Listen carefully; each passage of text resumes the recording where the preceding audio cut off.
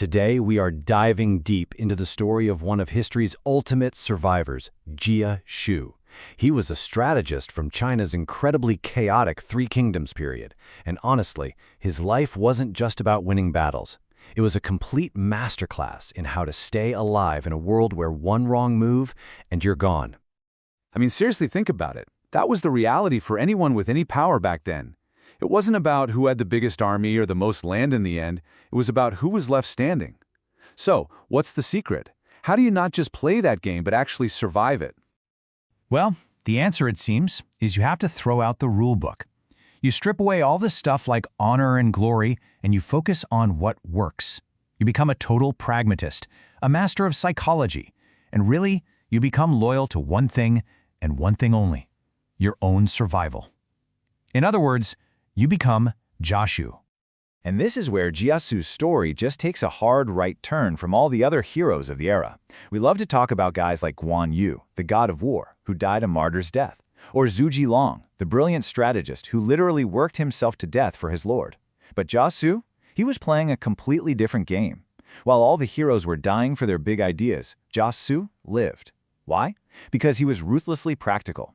And if you're just keeping score by who survived, well, he won, hands down.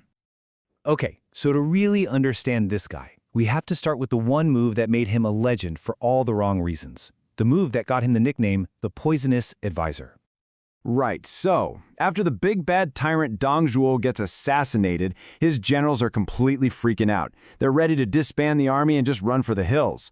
But Jia Xu sees that for what it is, a death sentence. His logic was just pure, cold calculation. He tells them, look, if you run, you'll be picked off one by one. But if you turn the army around and attack the capital, well, you might just win. And if you win, you control everything. If you lose, you can all still run away together. So he told them to cause chaos, and boy did they listen. They basically sent the entire Han Dynasty into a death spiral.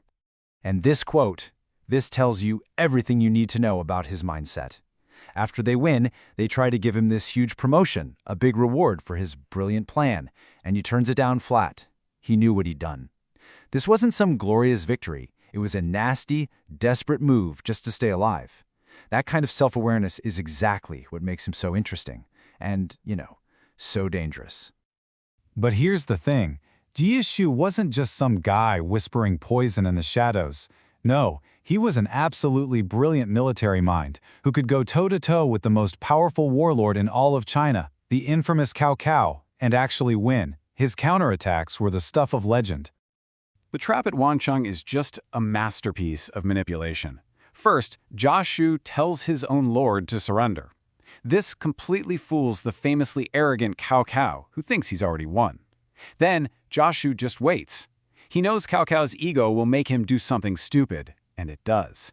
Once that opening appears, Jia Xu uses this clever excuse about needing to move his camp to get his troops into the perfect position. And then, bam! He launches a surprise attack that absolutely wrecks Cao Cao's army. We're talking a catastrophic defeat. Cao Cao lost his son, his nephew, and his most legendary bodyguard all in one night. Jia Xu totally understood that the easiest way to beat an army is to get them to beat themselves. Later, at a place called Tong Pass, he's up against this really strong coalition of enemies. His advice wasn't some complex battlefield tactic. It was pure psychology. He told Cao Cao to send a letter to one of the enemy generals, a letter that looked like it had been scribbled on and clumsily edited. That's all. The other enemy leader sees this weird blotted-out letter and immediately thinks he's being betrayed. Just like that, paranoia takes over and the whole alliance just crumbles from the inside out. So simple, it's genius. Beating armies on the field is one thing, right? But Jia Xu's true gift, his real superpower, was in the political arena. This is where the knives were even sharper and the stakes were, believe it or not, even higher. Okay, this might be his most jaw-dropping move ever. His current boss is caught between two massive warlords. The obvious, logical choice is to surrender to the stronger one, Yuan Shao. But Jia Xu says, nope, bad idea. His breakdown of the situation is just a masterclass. He completely ignores who has more soldiers and focuses entirely on the personalities of the leaders. He bets that the weaker but more ambitious Cao Cao would value his advice so much that he'd be willing to forgive a grudge. And remember, this is the guy who got Cao Cao's son killed. This was a huge gamble. And wouldn't you know it, he was 100% correct. Cao Cao didn't just accept his surrender, he practically rolled out the red carpet. He knew that getting a mind like Jia Xu on his side was worth way more than any personal revenge.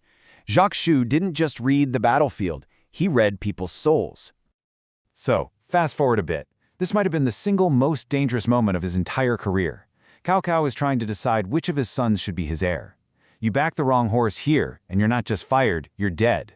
So what do you do when the most powerful man in the country looks you in the eye and asks for your opinion? You say almost nothing. But in saying almost nothing, you say everything. When Cao Cao pushed him for an answer, this was his only reply. Now, what does that mean? Well, he was talking about two other warlords who had both recently torn their families apart by choosing a younger son as heir instead of the traditional older son. With that one tiny, subtle sentence, he gave Cao Cao all the advice he needed without ever officially taking a side. It was an absolute political masterpiece. So he survived wars, he survived betrayals, he survived the deadliest politics imaginable. Jia Xu was now in the endgame. He'd helped build a whole new dynasty. The question now was, how do you survive the peace? This was his final and maybe his most brilliant strategy of all. He knew his reputation. He was the guy who'd served 4 different masters, the poisonous advisor. In a stable, new empire, a guy like that is a huge target. So what did he do? He made himself invisible. He lived quietly. He never threw big parties where it might look like he was building his own power base. He didn't marry his kids into other powerful families. He basically just faded into the background. And the result of that final strategy? He died peacefully of old age, at 76. In an era where guys like him were being executed or assassinated left and right, that number isn't just a number. It's the final score. It's the ultimate trophy. He won. And here it is, the final, beautiful irony. The man famous for his deadly schemes and his cutthroat pragmatism was given the official posthumous title of Solemn. The empire he helped create chose to remember him not as the poison, but as the quiet, respectable statesman he became at the end. So that leaves us with the big question, right? Was Jia Xu a villain who helped plunge an empire into darkness just to save his own skin? Or was he simply the ultimate realist, the most rational man alive in a world that had gone completely insane, just playing the game of survival better than anyone else ever has? I'll let you be the judge of that.